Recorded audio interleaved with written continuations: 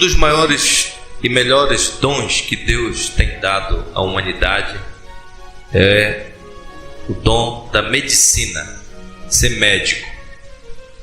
Ser médico é uma grande bênção, é uma grande dádiva de Deus para a humanidade.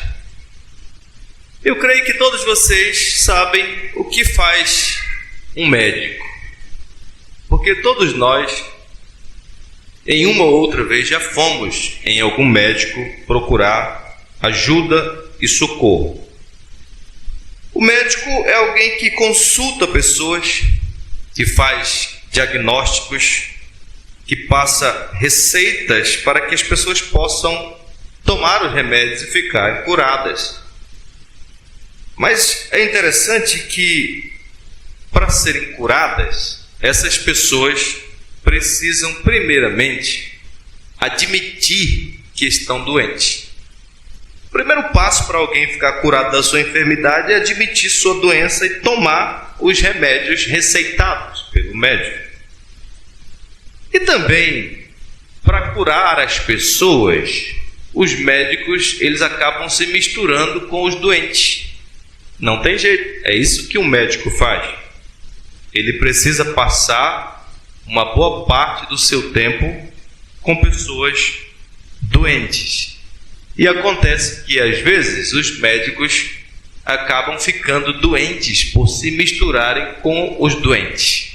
Essa é uma realidade que nós vimos muito aqui na época aí do auge do Covid. Às vezes até alguns médicos morreram porque se misturaram com pessoas e, na intenção de salvar essas pessoas, acabaram adquirindo a doença e morrendo também. Mas os médicos, eles precisam ter contato com as pessoas, eles precisam conviver com as pessoas, eles precisam estar no meio dessas pessoas. De fato, irmãos, os médicos são bênçãos para a humanidade.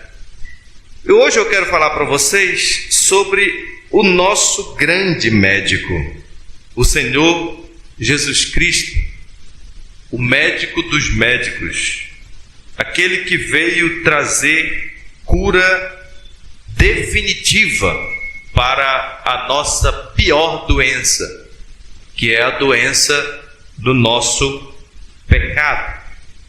Então nós veremos também que esse grande médico, nosso Senhor Jesus Cristo, ele se mistura ali com os doentes, mas ele não se contamina com a doença deles, mas ele acaba curando aqueles com os quais ele se mistura. Nós veremos isso a partir da conversão de um doente espiritual chamado Levi, que ficou conhecido como Mateus, o publicano. Nós veremos isso considerando essa nossa passagem em 3 pontos que servirão de esboço para nós nesta noite. Vou tratar sobre 3 coisas acerca deste homem que foi chamado por Jesus para ser um apóstolo. Primeiro, a sua identidade. Segundo, o seu chamado. E terceiro, a sua vida transformada.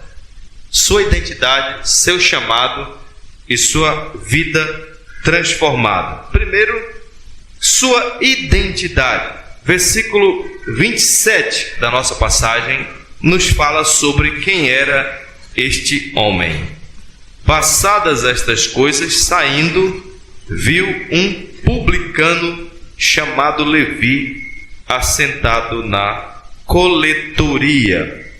Primeira coisa que nós temos que lembrar é que Levi era da cidade de Cafarnaum. O texto aqui não diz, mas no contexto da passagem, vocês lembram que Jesus curou lá em Cafarnaum um homem aleijado que foi colocado por cima do telhado, e Jesus então, vendo a fé, curou aquele homem. Aquela casa estava repleta de gente, estava cheia de gente, e então, tendo terminado esse episódio, como o texto diz, passadas estas coisas, Jesus sai ali para pegar uma brisa do mar da Galileia, e diz o texto aí que ele vê um publicano. Então, essa cena toda aqui está acontecendo em Cafarnaum, tá? Então, por isso que os comentaristas vão dizer que provavelmente Mateus era dali, daquela cidade de Cafarnaum. O seu nome, o texto diz, ele era um publicano chamado Levi. Levi, tá? Então, Lucas, o evangelista aqui, e Marcos, eles o chamam de Levi. Mas lá no evangelho de Mateus, escrito por este Mateus aqui, por este Levi que foi chamado, ele se denomina de Mateus, tá? O nome Mateus significa um dom de Deus. Então, ele recebeu provavelmente esse nome de Jesus na sua conversão. Vocês sabem que Jesus tinha um costume de, quando ele chamava alguém, ele dava um outro nome para aquela pessoa, como ele fez com Pedro, por exemplo, né? Ele chamou Cefas, Simão, e chamou ele de Cefas, né? Então, o Mateus, o nome dele era Levi, mas Jesus deu a ele um outro nome, provavelmente chamado Mateus. Tu és um dom de Deus, né? É isso que significa o nome Mateus. Também aprendemos que Mateus era filho de Alfeu. Lucas não diz, mas é Marcos quem vai nos dizer isso. Ele era filho de Alfeu. Por isso alguns vão dizer que esse Mateus provavelmente era irmão de Tiago, o menor, que também era filho de Alfeu, tá? Não temos certeza disso, mas se for verdade, então o irmão dele, o Tiago, o menor, também fazia parte do colégio apostólico, tá? Sua profissão, verso 27 do nosso texto diz: saindo viu um publicano chamado Mateus, chamado Levi, assentado na coletoria. Então Lucas diz que ele era um publicano, ou um cobrador de imposto, tá? Então esse era o Mateus, um cobrador de imposto, um publicano. Essa informação, só essa informação, era o suficiente para a gente entender a grande importância do chamado desse homem para o Evangelho. Olha, se você vai montar um time para ganhar a Copa do Mundo, você não vai chamar o Fred, né? Você não vai chamar os outros jogadores ali que já estão um pouco ultrapassados. Você vai chamar os craques, os melhores de todos, né? Então, se você vai montar uma equipe para fazer um grande serviço, você vai chamar os melhores daquela área. Mas Jesus, ele age na contramão. Ele vai chamar para serem os homens que vão mudar o mundo. Ele vai chamar os homens mais esquisitos que vocês possam imaginar. Então ele chama aqui um publicano. Meu irmão, isso aqui, só essa frase aqui, se um judeu lesse isso aqui, isso é um escândalo horroroso. Como pode Jesus chamar um coletor de imposto para promover a maior revolução e mudança que este mundo jamais conheceu? Por quê? Os coletores de impostos, meus irmãos, eram os seres mais desprezados, odiados e rejeitados da sociedade judaica, e isso por várias razões. Em primeiro lugar, porque eles eram considerados traidores da pátria. Vocês sabem que os publicanos, eles trabalhavam para o Império Romano, e os judeus não gostavam disso. Quem governava o mundo daqueles dias eram os romanos, e os romanos cobravam imposto dos judeus. E os publicanos, então, eram judeus que trabalhavam para os romanos. Então havia uma guerra entre bolsonaristas e lulistas no primeiro século. Então eles não podiam se encontrar, e dava choque. E aqui nós temos então os publicanos como traidores da pátria. você é um traidor, porque você está se vendendo ao Império Romano para cobrar imposto de nós, que somos tua gente. Então eles eram considerados traidores. Mas não eram só considerados traidores, não. Eles eram considerados ladrões também. Por quê, meus irmãos? Porque o que é que os romanos faziam com os impostos naqueles dias? Eles faziam uma espécie de licitação, tá? Então, a empresa que ganhasse, digamos assim, a concorrência, a licitação, ia lá e dizia assim: quanto é que vocês recebem de imposto por ano? Aí disse assim: é tanto. Então, está aqui o valor dos impostos anuais, está pago para vocês. Agora, os romanos davam a esses publicanos o direito de cobrar do seu povo o valor que eles quisessem, para cobrir o prejuízo e ficar com uma boa grana. Então, o que os publicanos faziam? Eles colocavam o imposto lá em cima, né? Então, os judeus não gostavam disso, porque eles extorquiam o povo, cobrando impostos altíssimos do povo judeu. É por isso que a maioria dos publicanos, eles eram podres de rico, porque eles enriqueciam injustamente, roubando o povo, extorquindo o povo, tá? Então, como diz o Philip Ryken, Levi era um pecador ladrão, um ladrão mesmo, roubava o povo, né? Porque ele se utilizava desse mecanismo aí para ganhar dinheiro ilicitamente. Também eles eram odiados, meus irmãos, porque eles eram considerados impuros por se misturar com os gentios romanos, tá? Então os judeus não gostavam também disso aí, porque os publicanos se misturavam com os romanos, que eram pagãos, que eram gentios. Interessante que aqui na nossa passagem, se você olhar no seu texto, no verso 27, você vê que Levi estava sentado aonde? Na coletoria. Essa informação aqui ela é muito importante, porque havia vários tipos de publicanos. Vou citar apenas dois tipos para vocês: os grandes coletores e os pequenos coletores. Os grandes coletores de impostos eram aquelas pessoas que ficavam nos bastidores. Tipo assim, eles tinham muitos recursos, muito dinheiro, então o que eles faziam? Eles contratavam terceirizados, digamos assim.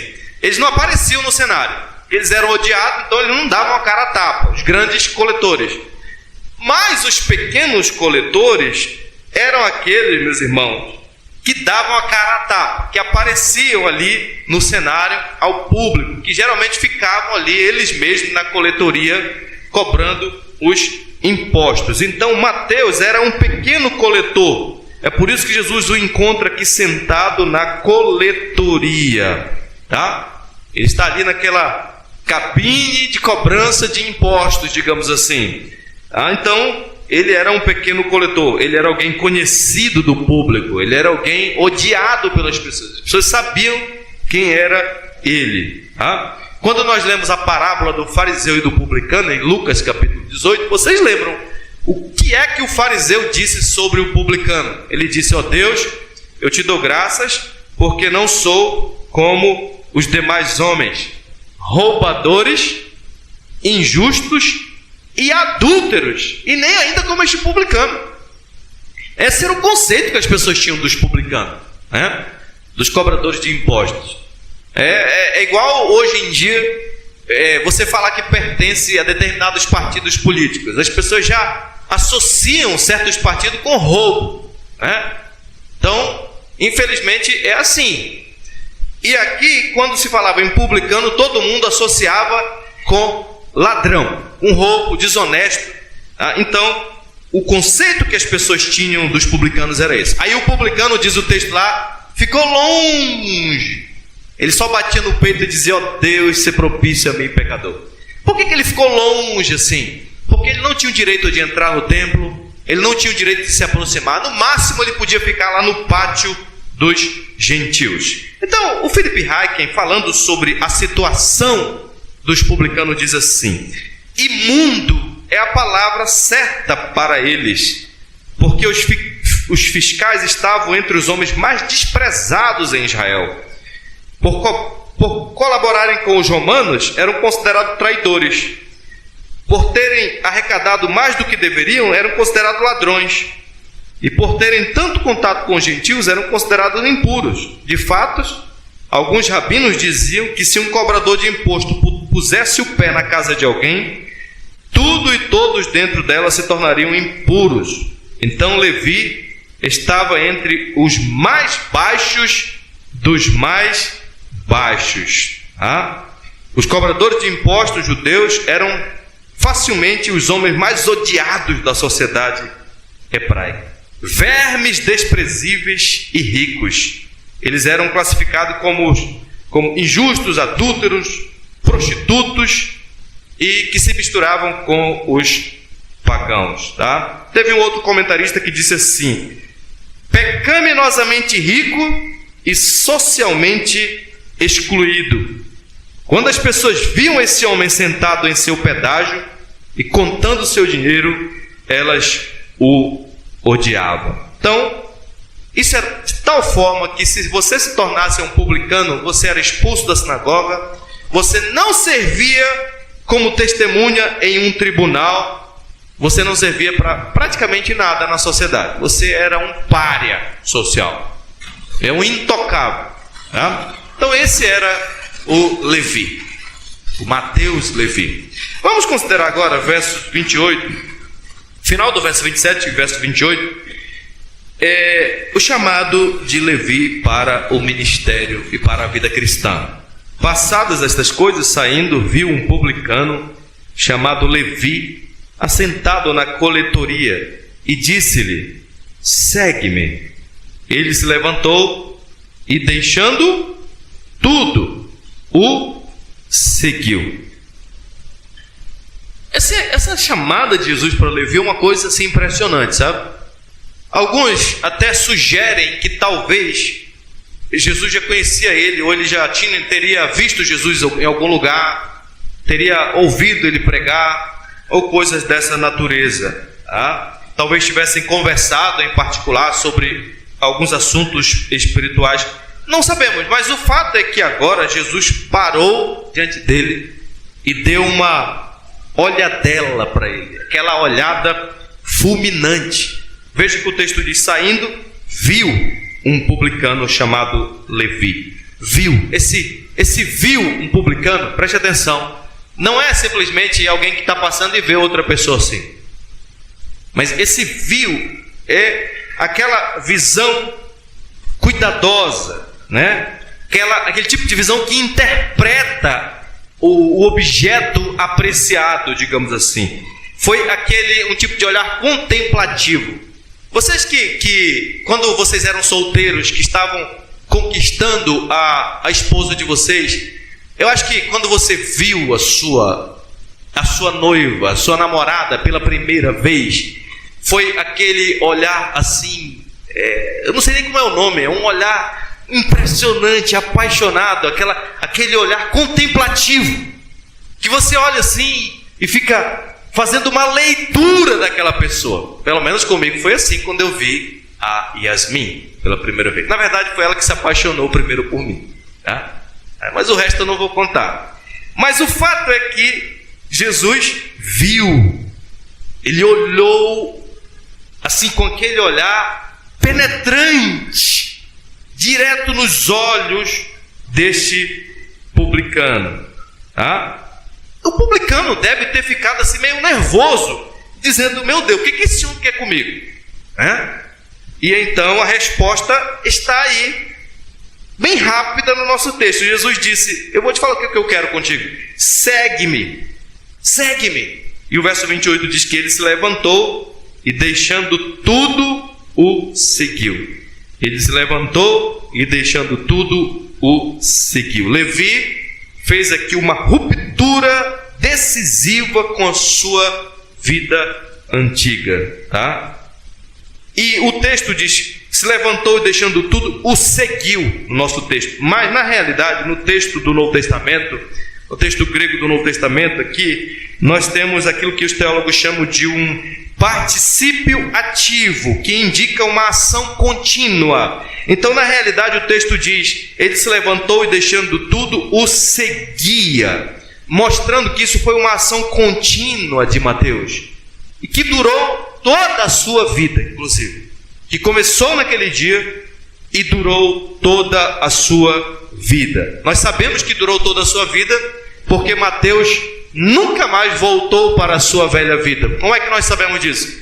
É porque ele se tornou um apóstolo e depois ele escreveu um dos evangelhos. O evangelho de Mateus foi escrito por este Levi aqui, este publicano, que se tornou uma grande bênção, um dom de Deus para a humanidade. Essa compaixão de Jesus, essa terna misericórdia, graça e compaixão de Jesus é algo, meus irmãos, que me chama muita atenção, que enternece a minha alma e o meu coração. Porque, como diz uma música de William Cooper, ele é o amigo dos sem amigos, ele é o socorro dos fracos, ele é o abrigo para os desamparados e pobres de espíritos, ele é o amigo de publicanos e pecadores. Então, ele se aproxima desse homem que ninguém queria papo, que ninguém queria contato, e o chama para perto de si. E esse chamado de Mateus nos ensina aqui algumas coisas que também acontecem na vida de qualquer pessoa que crê em Jesus. Primeiro, nós vemos aqui a escolha soberana de Deus.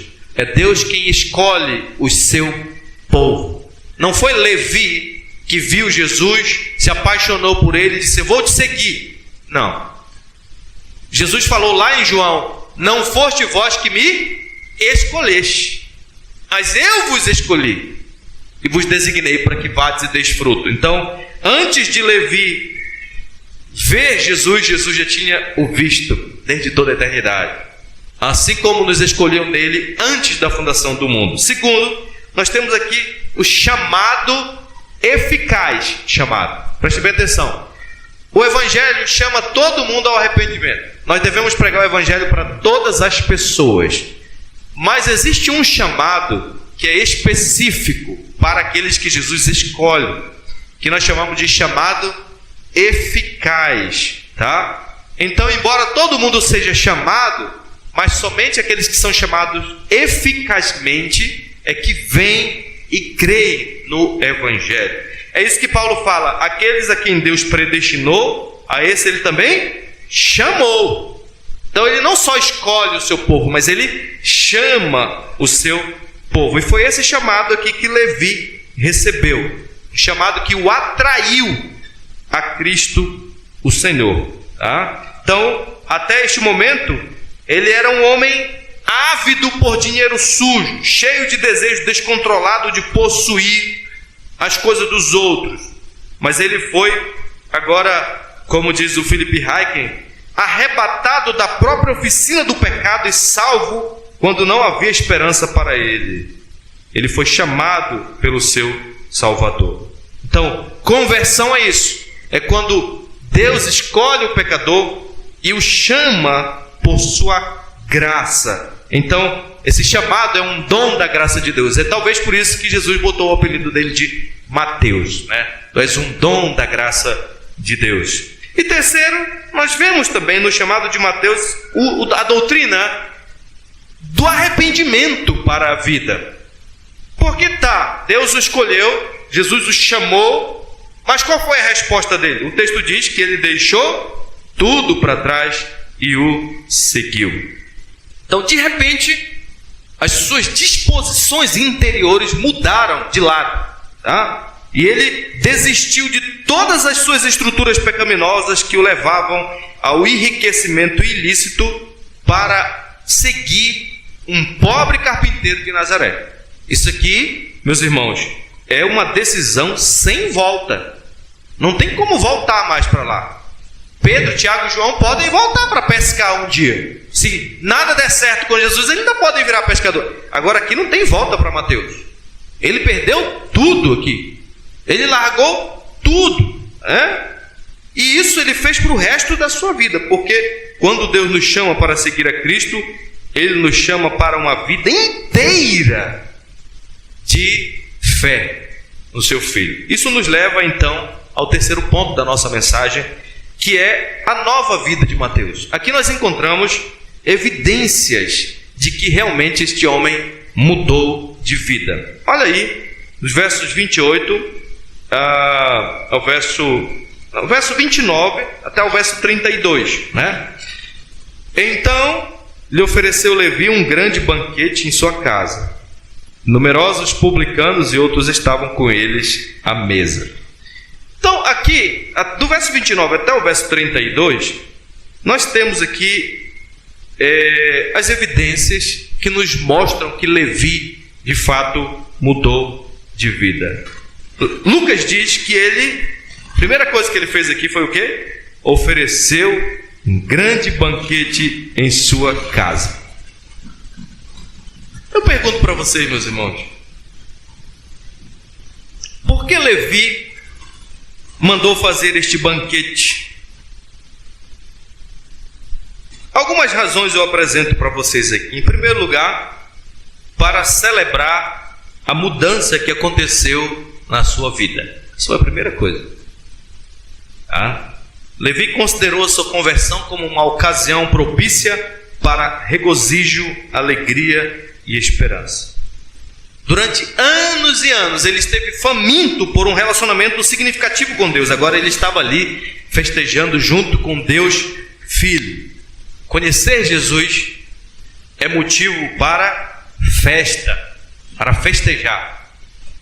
Já viram que no Novo Testamento Deus é descrito como um Deus festeiro? A gente falar isso parece até esquisito, né? Mas pode ver as parábolas de Jesus, que sempre termina com festa, né? A parábola, por exemplo, do filho pródigo, ele terminou com arrasta-pé. Vamos celebrar, vamos fazer festa, porque esse menino estava morto, né? Vamos festejar, porque a dracma estava perdida, a ovelha estava perdida.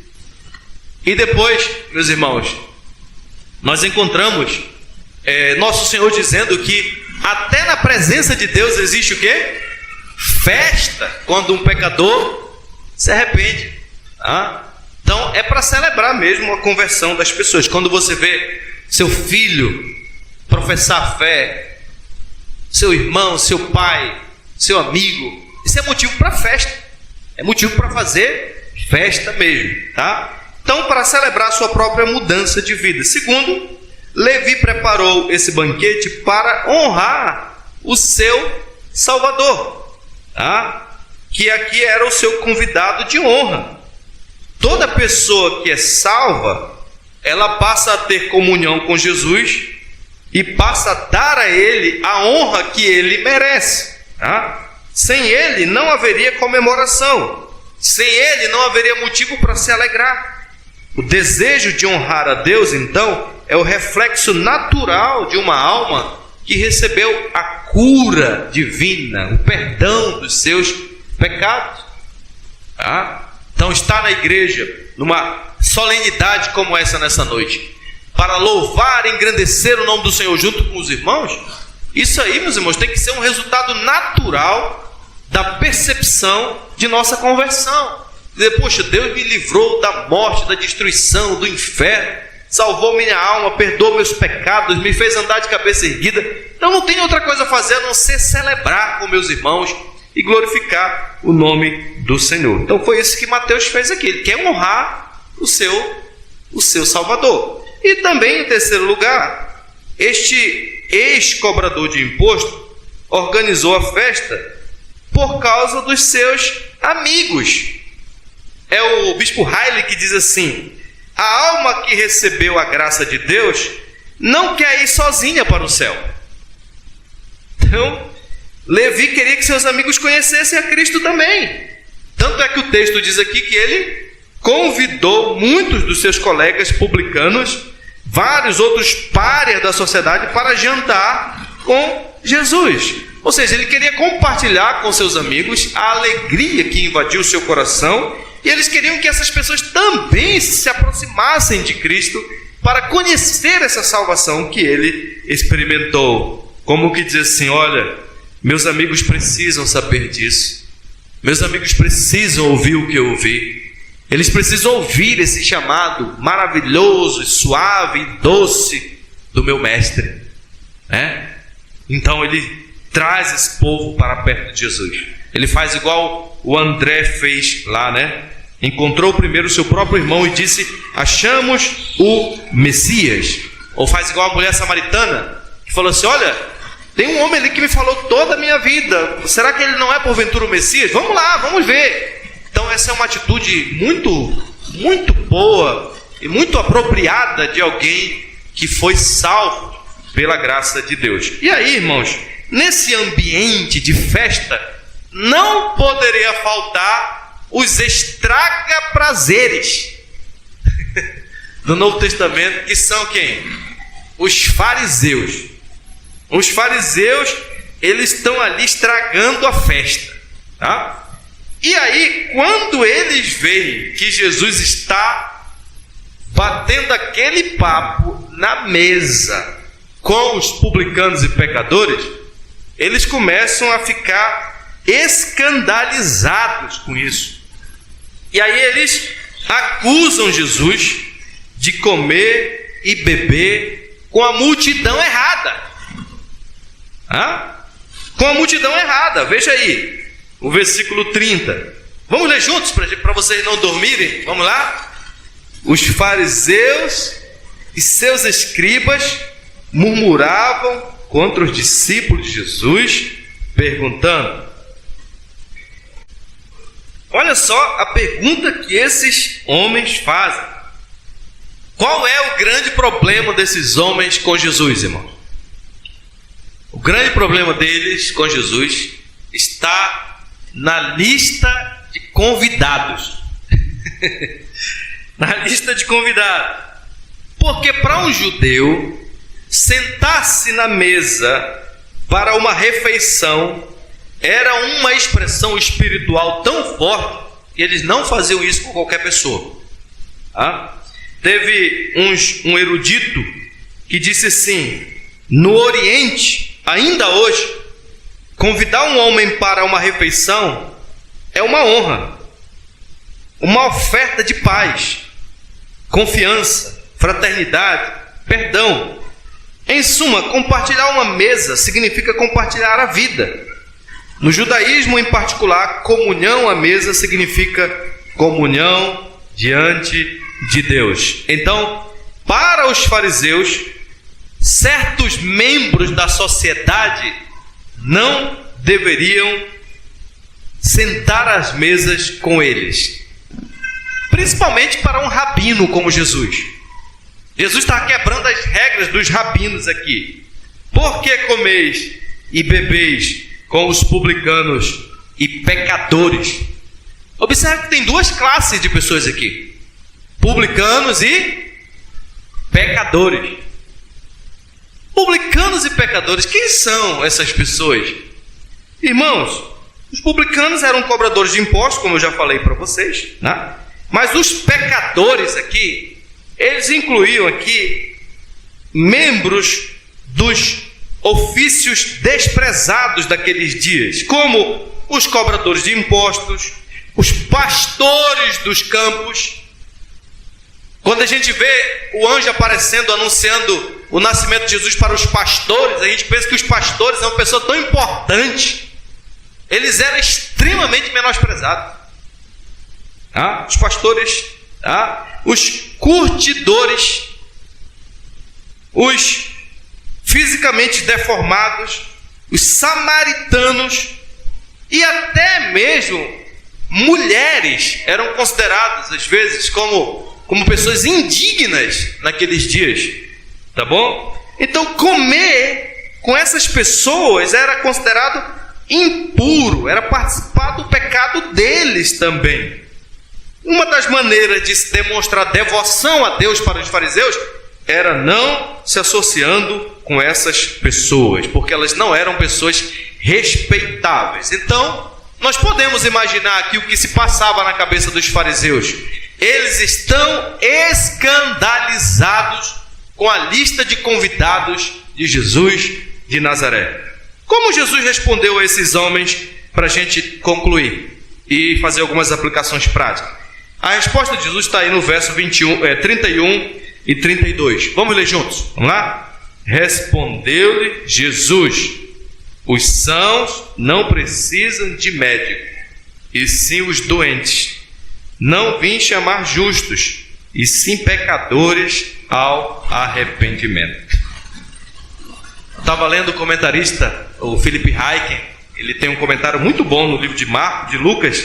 Ele fala assim: este é o momento culminante para o qual toda a história foi construída. Aqui Jesus anuncia quem ele é e o que ele veio fazer neste mundo. Ele explica o propósito pelo qual deixou os esplendores dos céus e desceu à terra. Ele não veio para salvar os justos, ele não veio para passar tempo com pessoas certinhas. Em vez disso, ele veio para salvar as pessoas que realmente precisavam dele, pecadores confusos, quebrados e transgressores da lei. E aqui ele se comparou com um médico da alma. Jesus diz: se você não está doente, você não precisa de um médico. As únicas pessoas que precisam de tratamento são aquelas que têm algo de errado com elas. Então disse Jesus: eu sou o médico da alma. Eu não vim atrás de quem pensa que está bem. Eu estou procurando aqueles que realmente precisam de ajuda. Você consegue imaginar como essa mensagem tem a ver com a tua vida? Com a minha vida, com a nossa vida? Não vim chamar justos, mas pecadores ao arrependimento. E Mateus era um deles.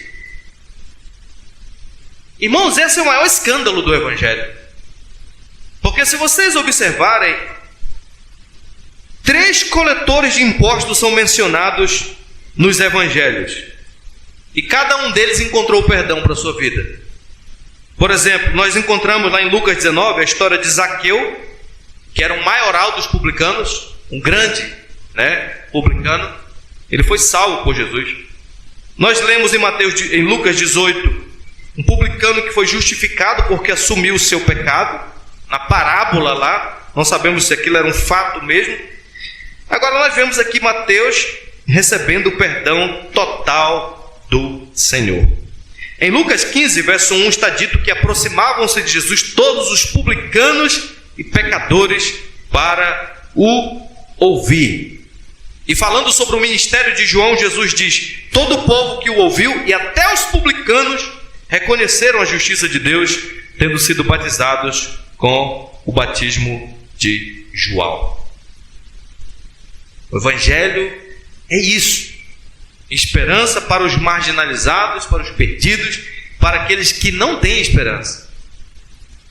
Eu quero terminar a explicação dessa parte da Escritura, meus irmãos, trazendo por fim uma última evidência de salvação de Mateus, que é a sua humildade. Bom, o nosso texto não diz isso aqui. Na verdade, o Novo Testamento não tem uma frase que diz assim: Mateus, a partir de então, se tornou um homem humilde. Mas, se você avaliar todo o Novo Testamento e alguns pequenos detalhes do Novo Testamento, a gente vai concluir que ele se tornou um homem discreto, um homem humilde, que não queria aparecer, mas que queria que o nome do Senhor aparecesse na sua vida.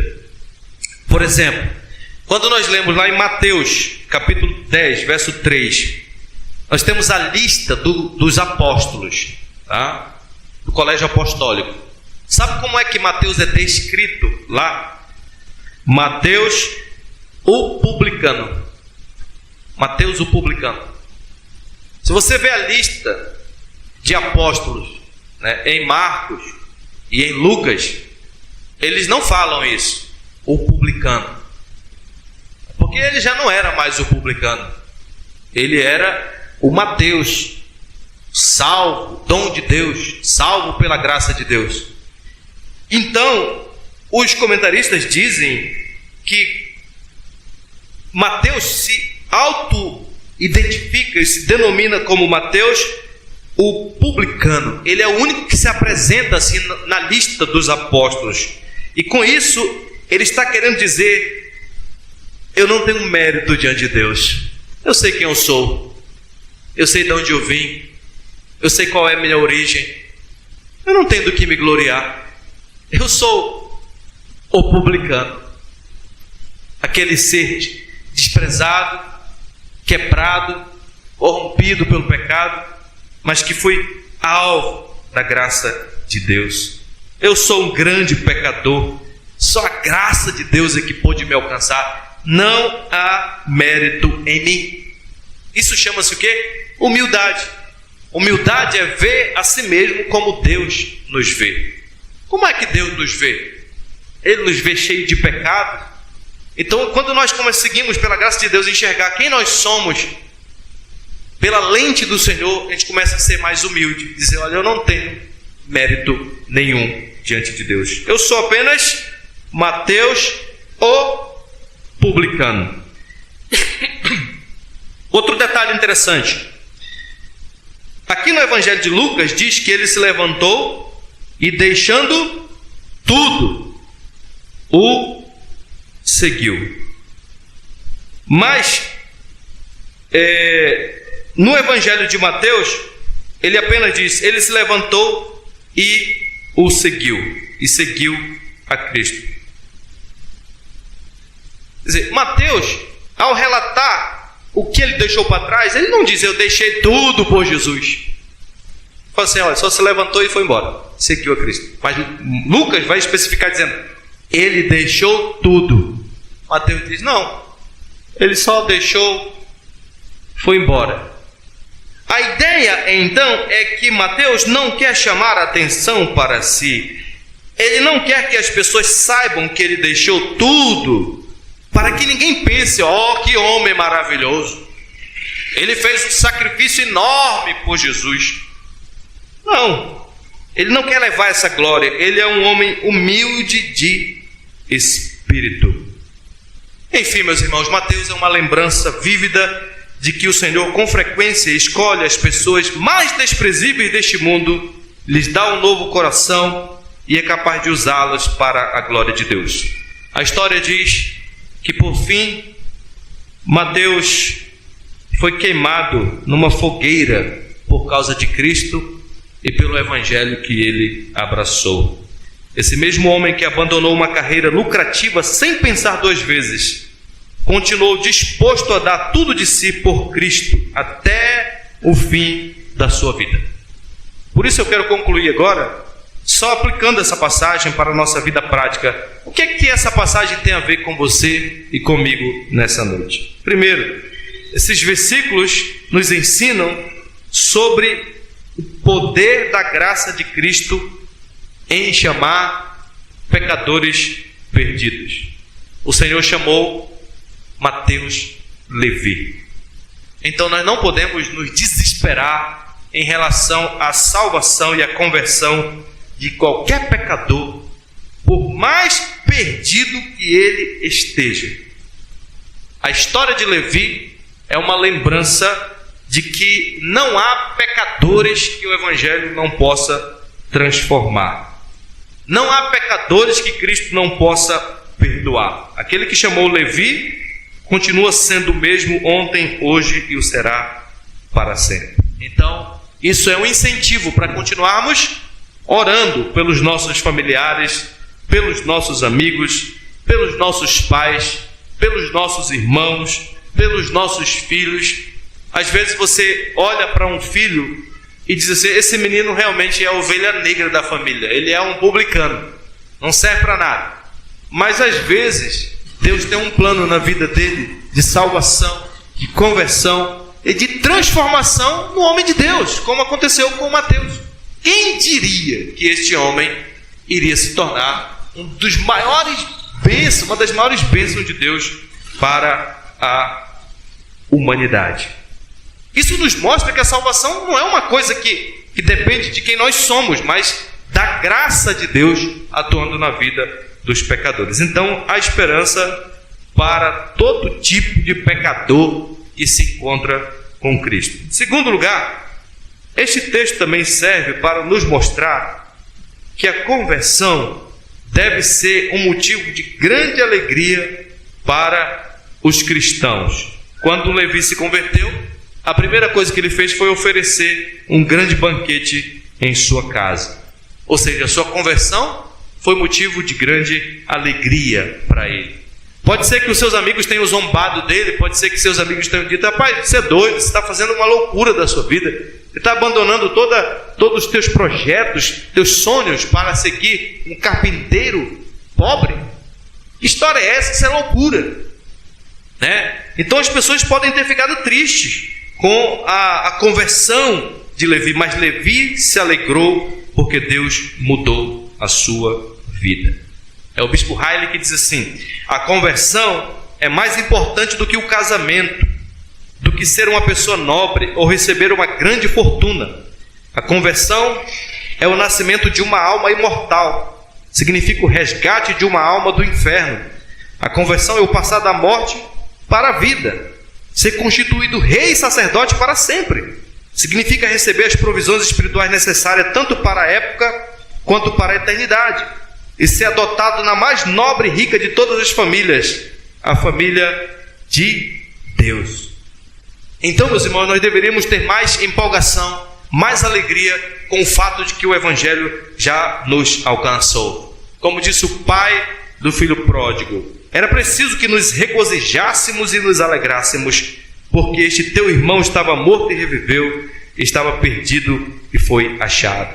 Digo-vos que assim haverá maior júbilo no céu por um pecador que se arrepende do que por 99 justos que não necessitam de arrependimento. Então a nossa conversão, se você já é uma pessoa convertida, você deveria se alegrar mais com isso, celebrar mais, louvar mais a Deus, engrandecer mais o nome do Senhor. Tá? Terceiro, nós aprendemos aqui que os verdadeiros convertidos sempre desejam ver outras pessoas convertidas. Então,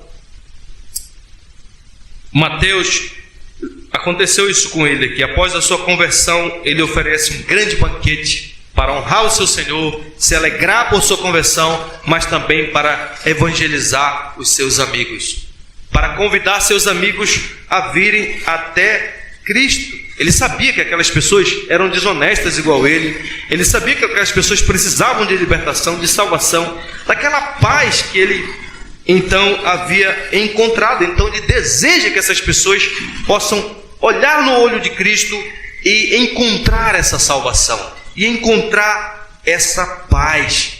Mais uma vez, citando aqui o bispo Riley, o coração realmente ensinado pelo Espírito Santo sempre estará cheio de amor, de bondade e compaixão pelas almas perdidas. A alma que foi chamada por Deus desejará ardentemente que outros tenham a mesma chamada. Um homem salvo não desejará ir para o céu sozinho. Qual tem sido a sua atitude em relação a este assunto? Você que já foi alcançado pelo Evangelho, será que você fala para outras pessoas aquilo que Moisés falou lá no Antigo Testamento para Obabe: vem conosco e te faremos bem? Será que nós chamamos os nossos parentes e amigos, assim como André fez com Simão? Achamos o Messias. Mateus abriu seu coração para Jesus, mas ele também abriu a sua casa para Jesus. De repente a casa de Mateus se transformou num ponto de pregação, num ponto de encontro dele com Cristo e com seus amigos. Eu pergunto: o que você está fazendo para alcançar as pessoas que não conhecem a Cristo? Eu vou te dar algumas dicas aqui para você guardar no seu coração. Primeiro, envolva-se na vida de pessoas que todos evitam. Sabe, nós gostamos de evitar pessoas complicadas, não é? Mas Jesus gostava era de pessoas complicadas. É interessante isso. Então passe tempo, por exemplo, com a criança que ninguém gosta. Não tem a criança aquela criança que às vezes todo mundo rejeita ela, coitado. Por que você não faz o que Jesus faria? Deixai vir a mim os pequeninos, porque dos tais é o reino de Deus. Outra coisa, convide as pessoas para um culto, até mesmo pessoas que provavelmente dirão não. Sirva na igreja e ajude pessoas que estão desanimadas. Não evite as pessoas difíceis, mas procure-as para relacionamentos que possam levá-las à sua conversão ou à sua melhoria de vida. Mas nós temos o espírito dos fariseus, é ou não é? Nós só gostamos de pessoas que nos fazem bem, que são gentis, que são legais e que retribuem a nós aquilo que nós fazemos por ela. Pois eu quero dizer para você que Jesus fazia o contrário. Ele procurava os perturbados, os destruídos, os arrasados, os lunáticos, os publicanos, os pecadores, os arruinados, os moralmente destruídos, para estar junto deles. Mas às vezes a igreja vai se transformando numa espécie de clube social, onde só entram aqueles que estão socialmente ajustados. Eu quero dizer para vocês que isso não é igreja. A igreja é um lugar de pecadores arruinados que estão encontrando salvação e graça em Cristo Jesus. Quando você tem notícia que um irmão caiu em pecado ou uma irmã caiu em pecado, qual é a tua reação? Você se aproxima em graça, em compaixão, você ora, você ama, ou você se arma e passa à distância? Esse é o espírito do farisaísmo que ainda reina em nossos corações. Não evite pessoas que Jesus jamais evitaria. Ninguém passava perto do publicano, mas ele olhou nos seus olhos e o chamou. Então, esses versículos também nos ensinam, meus irmãos, por fim, acerca do principal objetivo da vinda de Cristo ao mundo. O grande médico veio trazer a cura definitiva. Ele veio curar pessoas que estavam doentes pela doença do pecado. Você entende a razão pela qual ele estava se misturando com o público errado? É isso que um médico faz. Ele passa a maior parte do tempo no meio de pessoas doentes.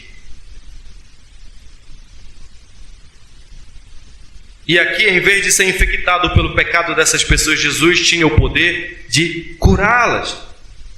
E hoje ele nos oferece o mesmo tratamento.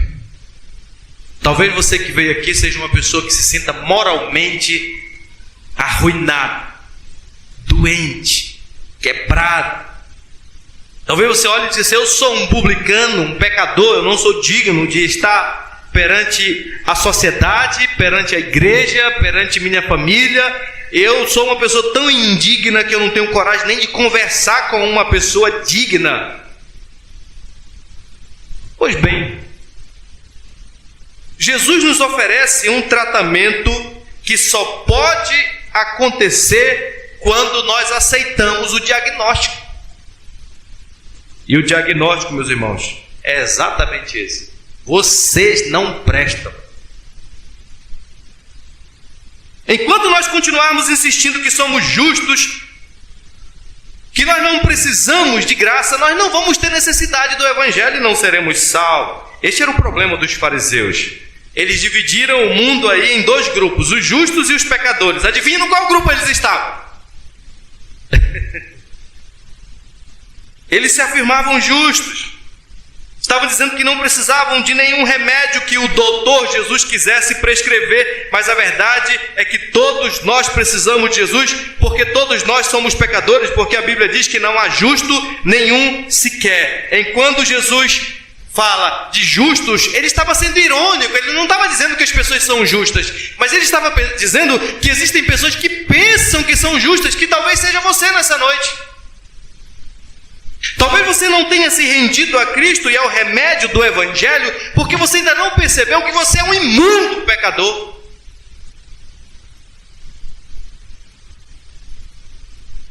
Ninguém é justo, nem mesmo os fariseus. E se ninguém é justo, todos precisam de um Salvador. Então saibam disso, meus irmãos e minhas irmãs, e vocês que estão nos visitando. Quando Jesus chama pecadores ao arrependimento, Ele está chamando cada um de nós. Somos todos doentes de luxúria, de orgulho, de ganância, mas em Cristo existe uma cura para o nosso orgulho, para a nossa luxúria, para a nossa ganância. Essa cura vem quando nós ouvimos o chamado de Jesus no Evangelho e na palavra da salvação. Esta é a receita do grande médico: perdão dos pecados através da morte e ressurreição de Jesus Cristo. Quero terminar só contando para os irmãos, lembrando para os irmãos a história de um homem que também foi transformado pelo poder do Evangelho. Um homem chamado John Newton. Já ouviram falar nele? John Newton. John Newton foi quem escreveu aquela canção que nós cantamos aqui, Amazing Grace. Amazing Grace, how sweet is the song. Oh, graça maravilhosa, quão doce é o som que salvou um miserável como eu. O John Newton, a história diz que ele, quando se tornou jovem, ele iniciou a sua carreira como traficante de escravos. Ele era um traficante de escravos, esse John Newton. Tá? Mas um dia, em uma das suas viagens, veio uma grande tempestade no navio no qual ele estava, e ele pensou que ele iria morrer naquela tempestade. E então ele ficou apavorado, ele ficou com muito medo, ele ficou refletindo em tudo que ele tinha feito da sua vida nos últimos anos, inclusive na sua atitude de zombar contra o Evangelho. Naquela tormenta horrorosa, ele orou a Deus, pediu perdão dos seus pecados e disse ao Senhor para que o Senhor poupasse a sua vida. E Deus ouviu sua oração e ele acabou mudando de vida. O Senhor o conduziu ao arrependimento e ele, de fato, pela graça de Deus, mudou de vida, se tornou um novo homem. Isso é muito refletido na sua maneira como ele lidava com os escravos, por exemplo.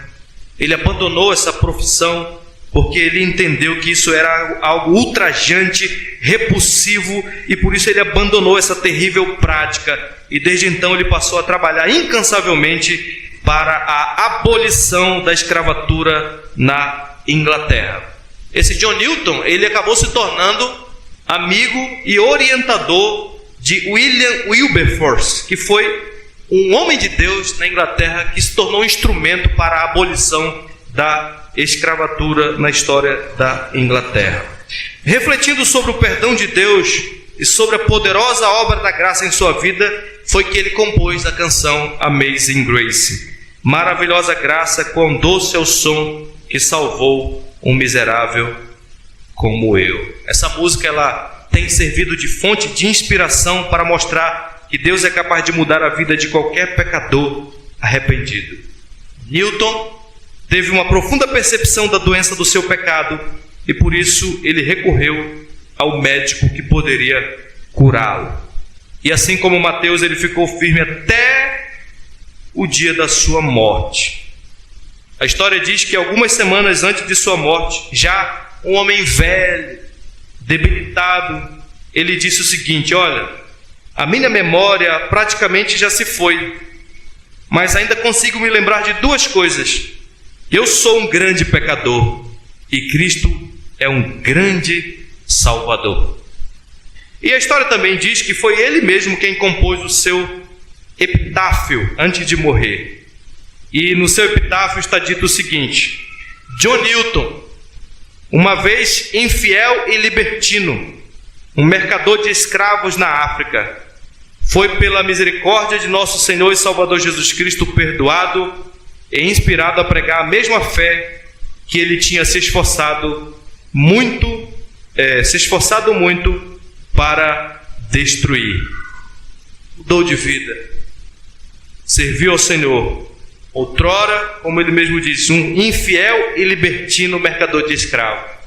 Depois, um pregador do Evangelho fiel até o último dia da sua vida. Deus é capaz de mudar vidas, mesmo hoje no século 21, meus irmãos.